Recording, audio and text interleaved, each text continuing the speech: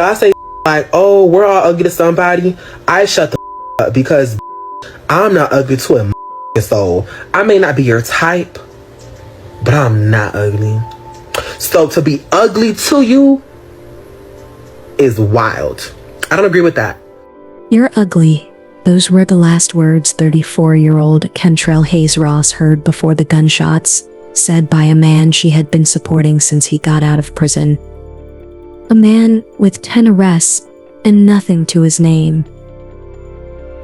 Dear Diary, I almost beat this day at work, but I didn't. I prayed to God about it and God led me to the right way. But it's only so many prayers I can do before I whoop that ass. Cause I'm not gonna keep bothering God when I can handle it really. But I got God to know my heart really too. So it's just like, why would I bother God about something I can handle? Thanksgiving Eve 2024. Terrell Nelson showed up at Cantrelle's daycare, demanding another chance. She said no. You're ugly. Then he fired. The woman who owned her own business, who had everything going for her, gone, outside the place she built. And the man who had nothing, he just took everything. Why do men with nothing to lose always make us lose everything?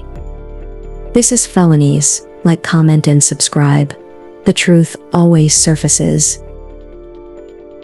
Savannah, Georgia, a city known for its historic buildings and moss-covered oak trees. This is where 34-year-old Cantrelle Hayes-Ross built her dream. Friend Zone Learning, a daycare on Augusta Avenue that stood out the moment you saw it. Cantrelle had painted the building herself, bright colors, butterflies, flowers on the exterior, the kind of place where you immediately knew children were loved. Families had their kids on waiting lists. Parents would arrive to pick up their children and find them begging to stay longer. Story time, art projects, games where every child got involved. 15, 16, 17, 18, 19, 20. That was Cantrelle, full of life, completely herself. During the pandemic, when families lost internet access, she personally delivered activity packets to their homes. When the budget was tight, she paid for supplies out of her own pocket. A neighbor needed emergency childcare. She handled it.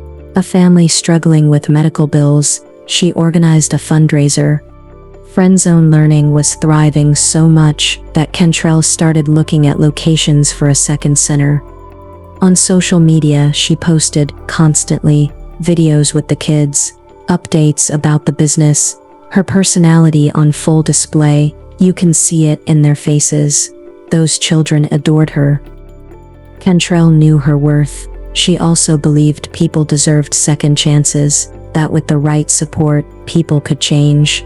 So when she met Terrell Nelson in early 2024, she gave him one. Terrell Nelson was 31 years old.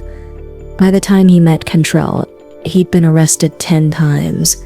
His first arrest came at 19. Simple battery after a nightclub fight. By 2016, his record included charges for controlled substances, criminal trespass, and battery against a former girlfriend who later dropped the charges. In 2013, Terrell was charged with murder. A man had been shot on his front porch. Terrell and another man were both charged. Both were later acquitted. His most serious conviction came in 2019, aggravated assault. He attacked a man he believed was involved with his girlfriend. The victim suffered a broken jaw and a fractured eye socket.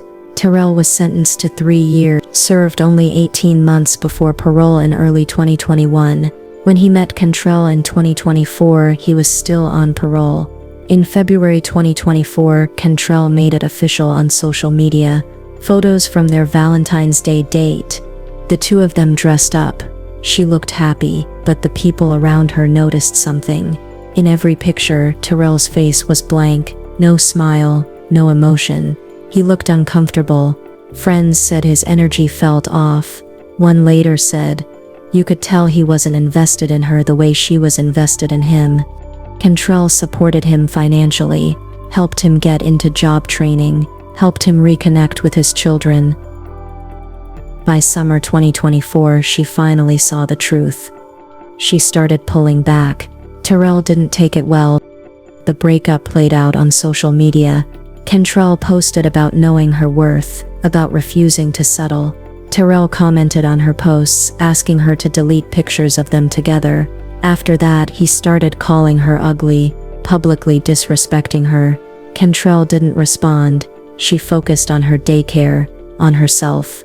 But months passed and Terrell still wouldn't let go. By November, Cantrelle had completely moved on. No more posts about the relationship, no engagement with him, just her business and preparing for the holidays. November 27th, 2024. Thanksgiving Eve. Cantrelle arrived at Friend Zone Learning that evening. The daycare was closed for the holiday, but she was using the kitchen to prepare food for her family. A friend sat outside with her. Cantrelle went in and out, checking on the cooking. Then Terrell showed up. They argued. Terrell wanted another chance. Cantrelle told him no. According to reports, that's when he said it. "You're ugly." Then he pulled out a gun. Cantrelle's friend heard the first shot from outside, then screaming, then more shots, one after another. The front door burst open. Cantrelle stumbled out, clutching her abdomen. "He shot me," she gasped before collapsing on the sidewalk. Her friend made a frantic 911 call. Desperate attempts to stop the bleeding. Pleas for Cantrelle to stay conscious. The sound of tires screeching as Terrell's vehicle sped away. Savannah's shot spotter system detected the gunfire and automatically alerted police. Officers arrived within minutes.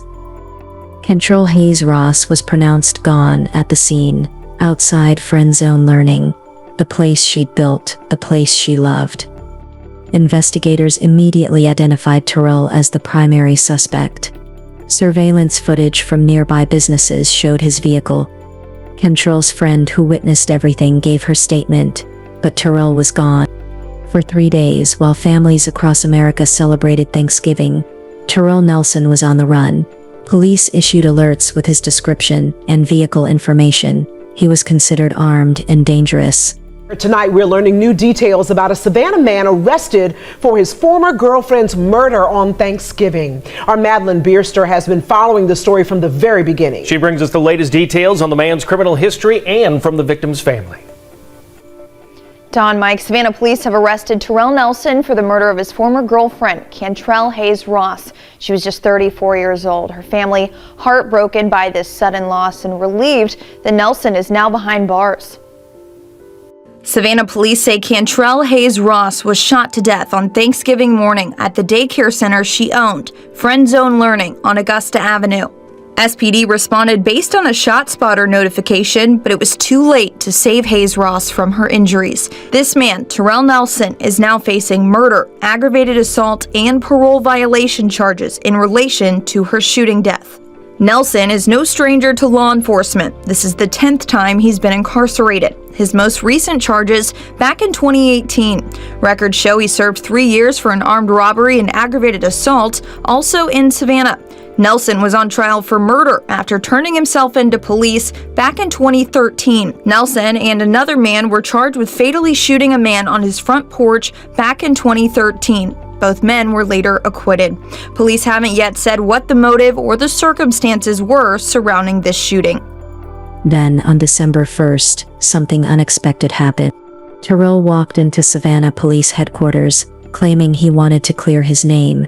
He was immediately taken into custody and questioned. His story, it changed. Multiple times. First, he denied being at the daycare that night. Then, he claimed Cantrelle had invited him there. His final version, that Cantrelle had a weapon and it went off during a struggle. Investigators weren't buying it. The crime scene told a very different story. Multiple shell casings were recovered, some inside the daycare near the kitchen, more outside where Cantrelle collapsed, bullet fragments embedded in walls, furniture, and in Cantrelle's body, all from the same weapon. The pattern was clear. The shooter began firing inside, chased Cantrelle as she ran for the door, and kept firing even after she'd fallen. This wasn't an accident. This wasn't self-defense. Terrell Nelson was charged with malice murder, felony murder, aggravated assault, possession of a firearm during a felony, and violating parole. The judge denied bond. Terrell would sit in jail awaiting trial. 3 days after Thanksgiving, hundreds gathered outside Friend Zone Learning. A candlelight vigil, balloons in Cantrelle's favorite colors filled the evening air. Parents whose children she'd cared for stood with community members who'd never met her but felt the loss.